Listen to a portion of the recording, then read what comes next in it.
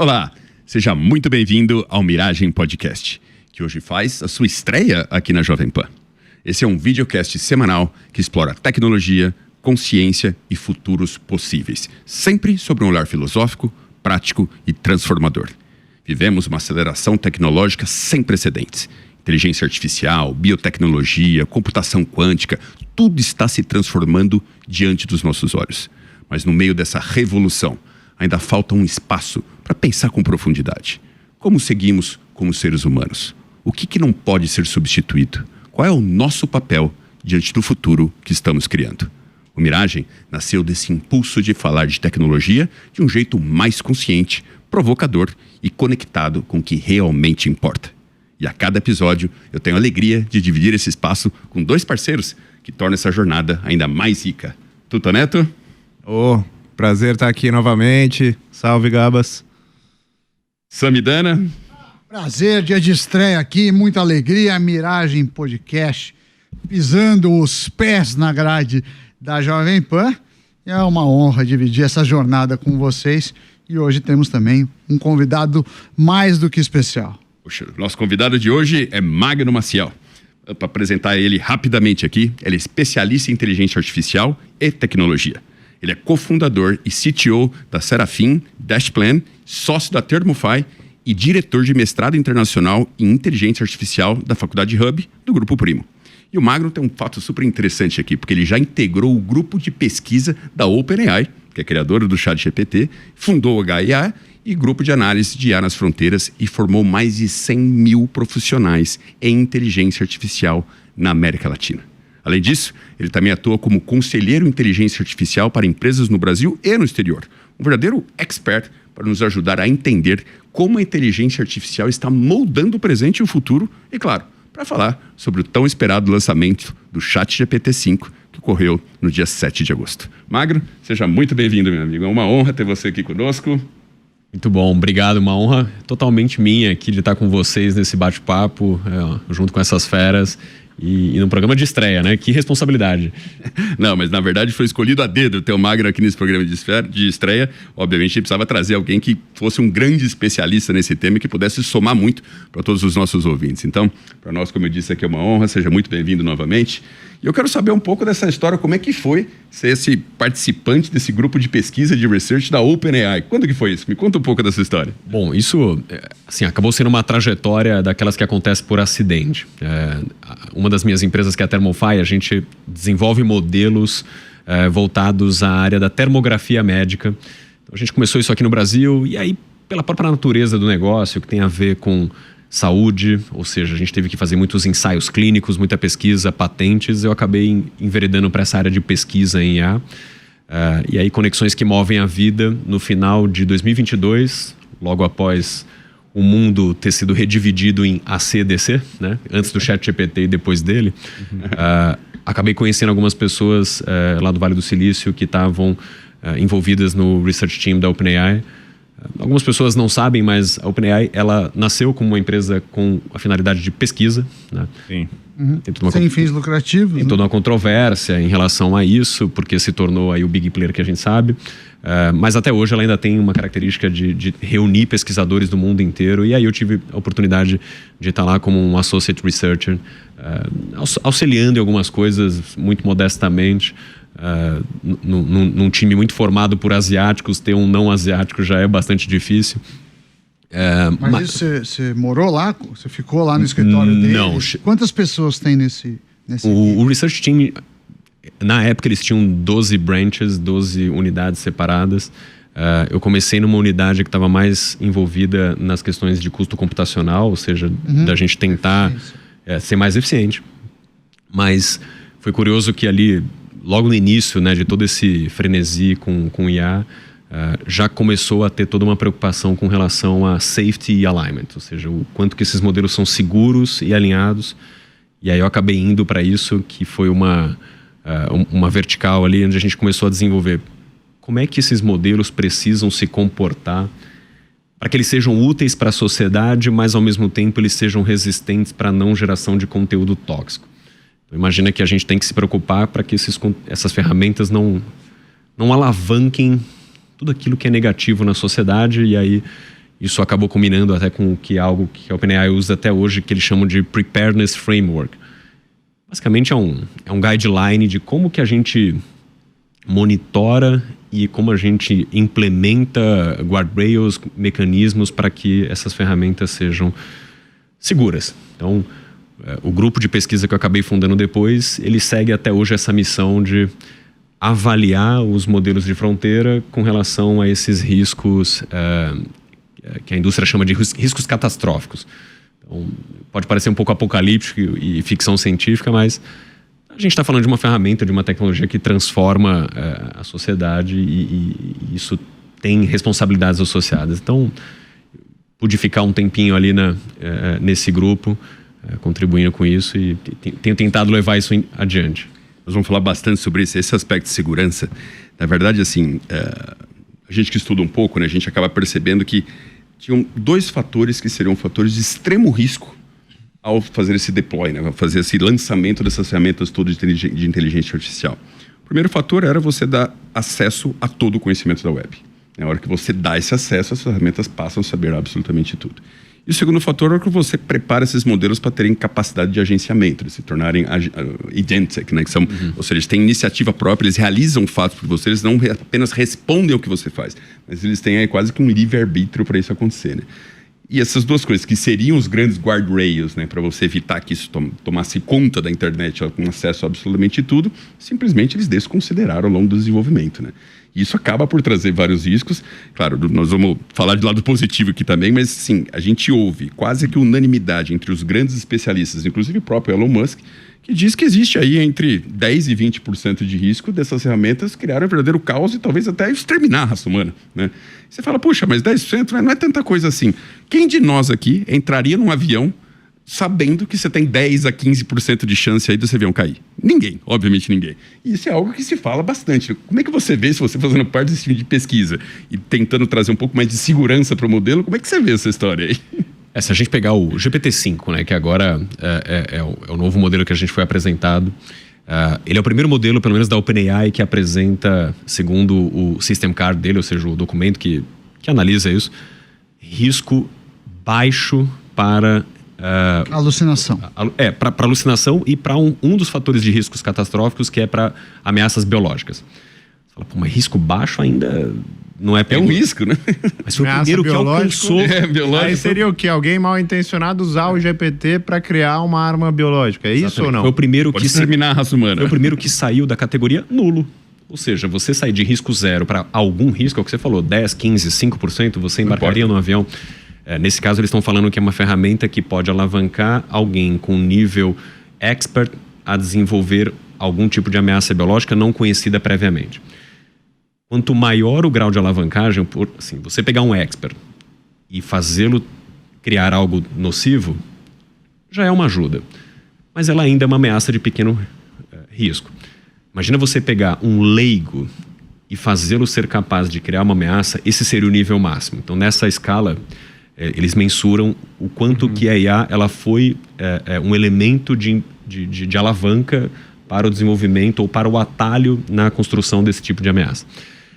Então, sim, a gente vai ter que lidar com isso enquanto sociedade, porque agora existe algo inteligente entre nós, ou algo que amplifica essa inteligência de todos nós.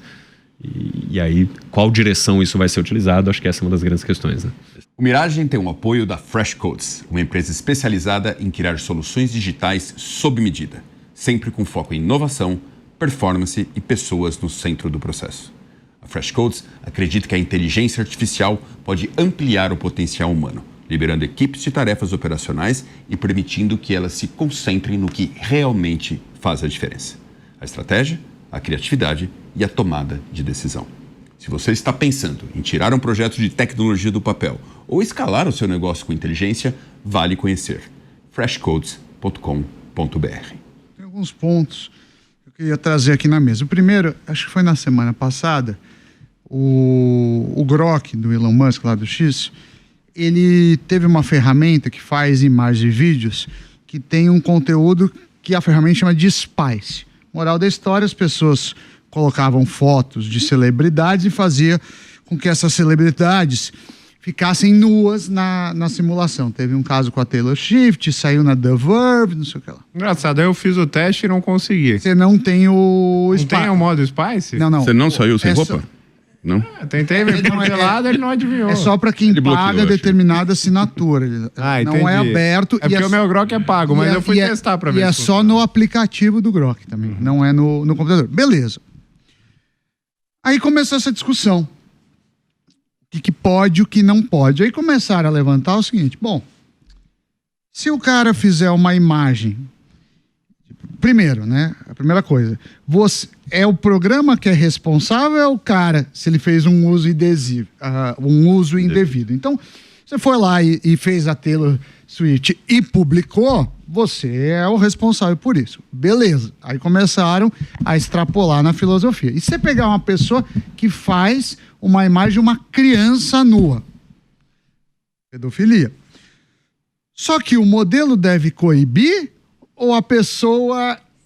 O problema é a pessoa que seria pedófila e se ela não usar isso, outro. E mais, começaram a falar assim, não, mas talvez seja melhor que ela use crianças fictícias do que crianças reais disso. E aí, como é que você vê isso? Porque eu não tenho a menor ideia, assim, tá, o que deveria ser isso?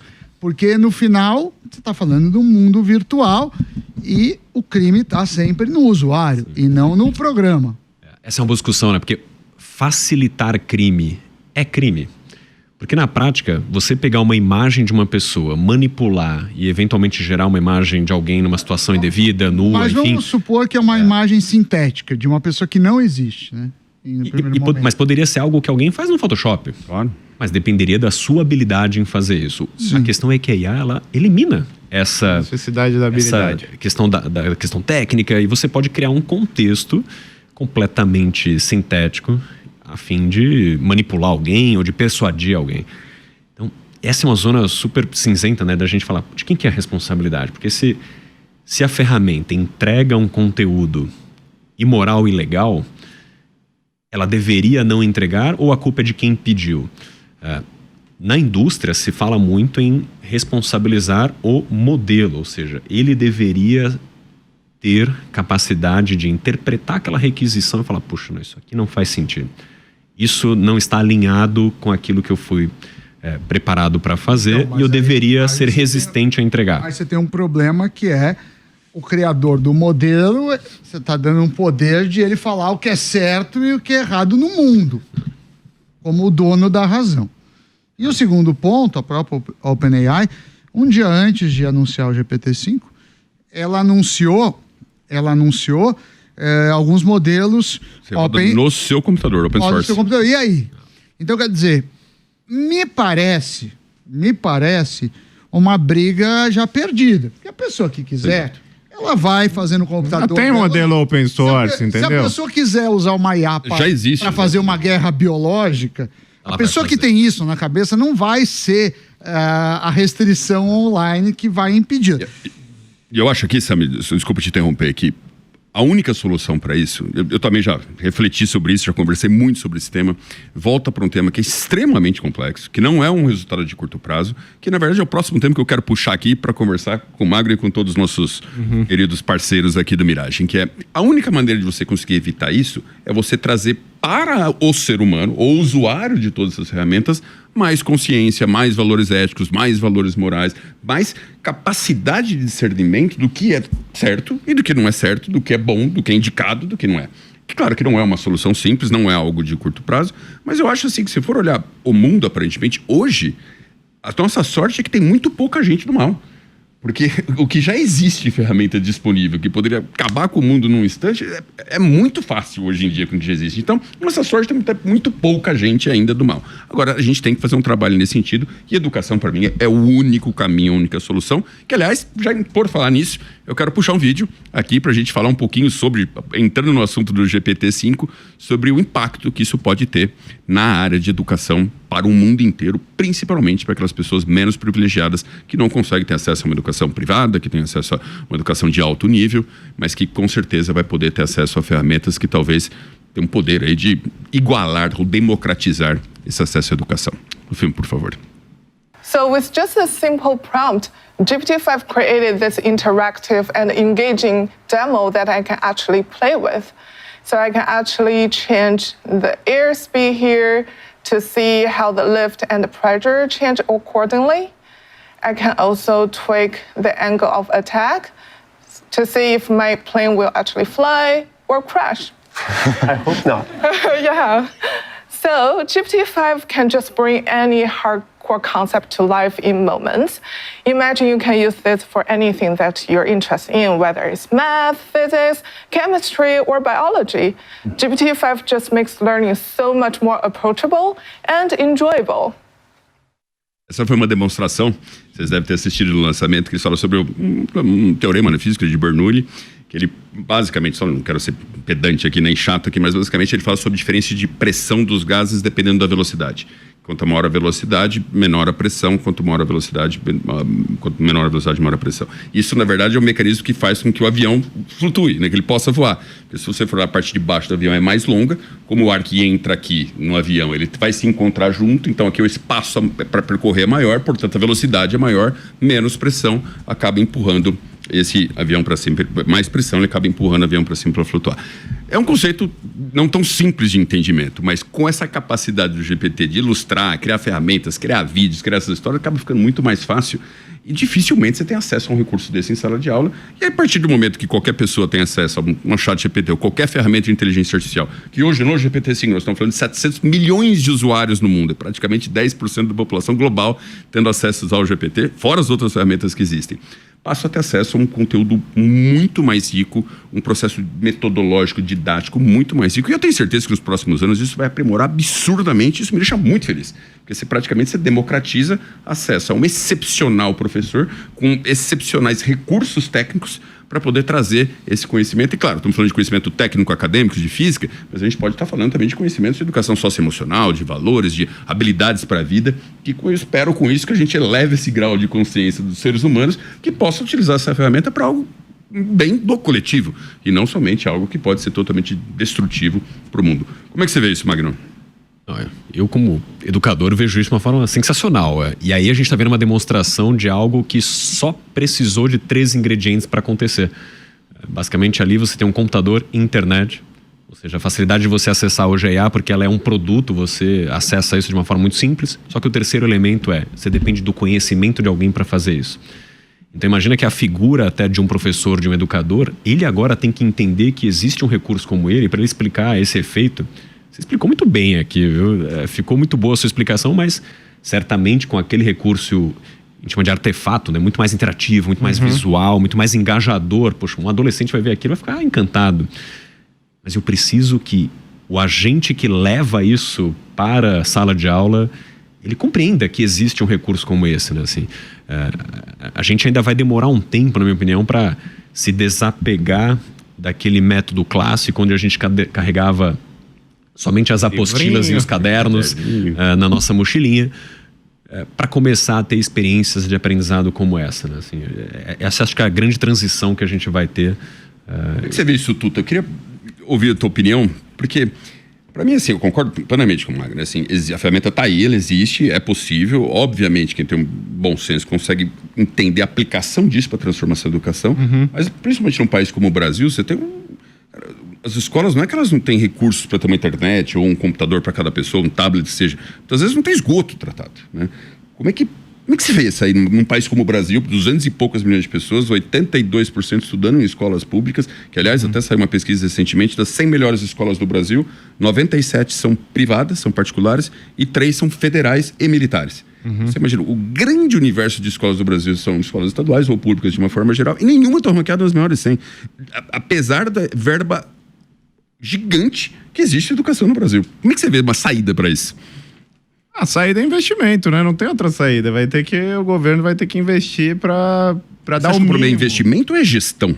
Porque aí é uma coisa política, né? Eu acho que pelos dados que a gente vê, é mais um problema de gestão do que de investimento, porque se gasta bastante com a educação pública, mas eu acho que o que o Magno falou é forte, assim, é educar os educadores, né? Fazer o cara começar a usar o ChatGPT para entender o potencial que ele pode se potencializar para transformar a vida desses alunos. Acho que nisso o brasileiro ainda está um pouco atrasado, ainda está no debate de será que eu vou perder meu emprego para AI, em vez de pensar, como é que eu vou fazer esses moleques aprenderem aqui, focar 5 minutos no meu conteúdo e aprender alguma coisa, que é um puta desafio, né? O desafio do educador é muito grande.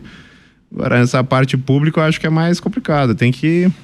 Vai depender, acho que, de um mix de iniciativa privada com iniciativa pública para mudar o país, sabe? Botar acesso na mão das pessoas, porque vai ficar muito atrasado um jovem que não conseguir mexer nisso, né?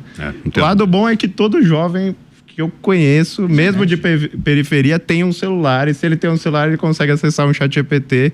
Então ele consegue, mesmo sem a escola dar recurso, ele consegue ter o recurso ali, sei lá, não sei a partir de quantos anos, mas é difícil ver alguém que não tem um celular hoje em dia, né? É a questão interessante. Sam, eu quero te ouvir. Por duas preocupações. Primeiro que, assim, eu estudei muito tempo coisas abstratas, assim, né? Então, quando você fala de matemática, é abstrata e nem sempre você consegue fazer uma visualização, porque nem sempre existe quando você fala em muitas dimensões. Claro. Às vezes, e essa é a minha preocupação, isso seja um atalho. E as coisas que eu mais levei para minha vida são as coisas que eram menos práticas, entre aspas, assim. São fundamentos que eu consegui aplicar. Outro ponto é um estudo que eu até compartilhei com o Gabas, eu não compartilhei com o Magnus, que não tinha o contato dele, mas com o Tuta, que é da Universidade do Arizona. O que eles fizeram? Eles pegaram, inclusive a OpenAI, e tentaram desmembrar a cadeia de pensamento por trás da IA. O que eles viram? Que a IA não é tão boa em adaptar. Então, se eu te dou um problema e mudo um pouco um problema, então uma premissa de um modelo, alguma coisa, ela dá uma patinada. Então, ela precisa estar muito bem treinada para isso. E aí, quando você fala de descobrir coisas novas, a gente precisa, muitas vezes, mexer nessas premissas, relaxar as hipóteses. Outra coisa é a questão dos algoritmos. Até agora, os algoritmos não são abertos. A gente não sabe exatamente porque ele chega na resposta X e não na resposta Y, quando eu peço, sei lá, coisa mais boba, conte uma piada. Por que ele contou disso ou para outro caminho? E aí, Marcos, eu queria te perguntar o seguinte: como que você vê esse problema? Eles chamam, né, de cadeia de pensamento. Eles fizeram aí no ambiente da Data Alchemy para mostrar esses padrões. Assim, não sei se chegou a ver isso, mas eles falam, né, que os algoritmos, principalmente o treinamento deles, deveriam estar abertos ao escrutínio. Perfeito. Essa questão do chain of thought, né, que é essa sequência de pensamento, ela é uma das principais fronteiras no desenvolvimento das IAs por conta dessa reprodução da inteligência humana. Porque pensa só, para resolver questões complexas, a gente não mata de primeira, ou seja, a gente não sabe a resposta imediatamente. De uma forma intuitiva, a gente conduz uma sequência de pensamentos. Puxa, eu vou por aqui, mas aí eu cheguei em tal conclusão, daqui eu parto para outra. Às vezes a gente faz isso muito rapidamente, às vezes a gente precisa de muito tempo para chegar nessa conclusão. Então, mimetizar esse comportamento cognitivo humano de uma forma sintética é muito complexo. Porque cada decisão nesse seu caminho para chegar numa resposta pode te levar para resultados completamente diferentes. Até porque não sabem como de fato funciona, né? E aí onde tem um efeito meio caixa preta nas IAs, que nem os laboratórios de IAs, nem os big players que estão desenvolvendo, ninguém sabe exatamente o porquê de alguns comportamentos. São algumas questões intrínsecas desses modelos que são difíceis da gente explicar e são difíceis da gente prever. Mas tem um ponto também que você comentou, que você trouxe aqui também, que a gente está vendo essas ferramentas sendo usadas para educação, mas nem tudo a gente consegue explicar, né, de uma forma lúdica, enfim, tem coisas um pouco mais abstratas. Esse é meu ponto, eu nem sei se a gente deveria. Eu nem sei se todo o processo tem que ser facilitado. Eu costumo dizer, não sei se eu já contei essa história no Mirage, acho que não, sobre o ITA. O ITA é a escola de aeronáutica, né, militar do Exército, e é um lugar muito difícil de entrar. Assim, o processo é muito difícil de entrar. E muita gente sai do ITA para trabalhar no mercado financeiro, mesmo que o ITA não tenha ensinamentos ligados ao mercado financeiro. E por que isso acontece? Porque sinaliza para o mercado que uma pessoa que conseguiu entrar no ITA e conseguiu sair tem uma alta capacidade de aprendizado.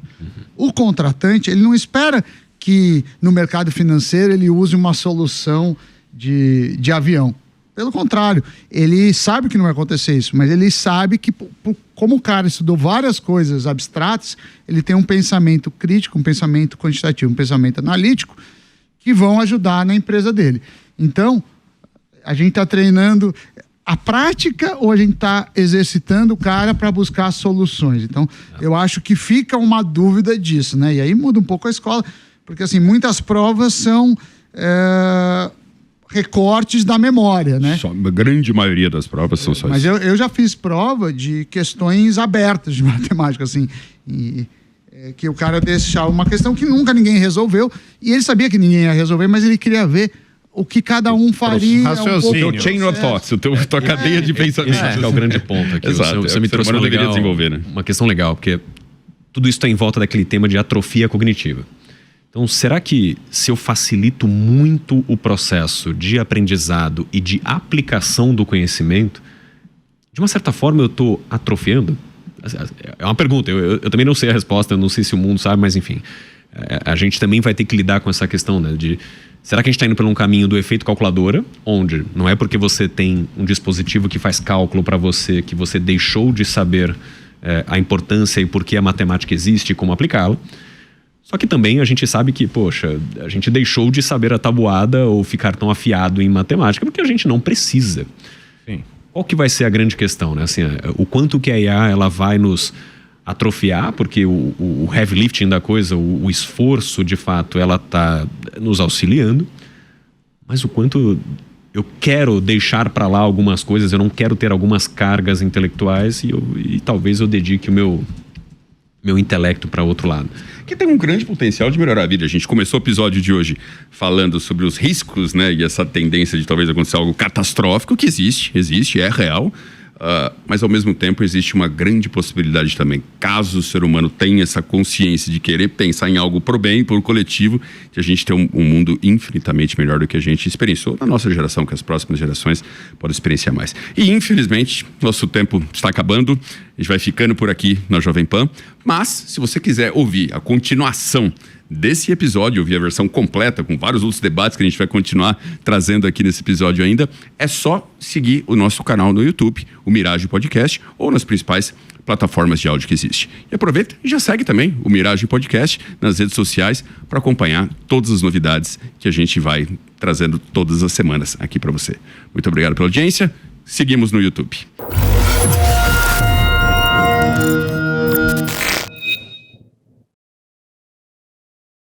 A opinião dos nossos comentaristas não reflete necessariamente a opinião do Grupo Jovem Pan de Comunicação.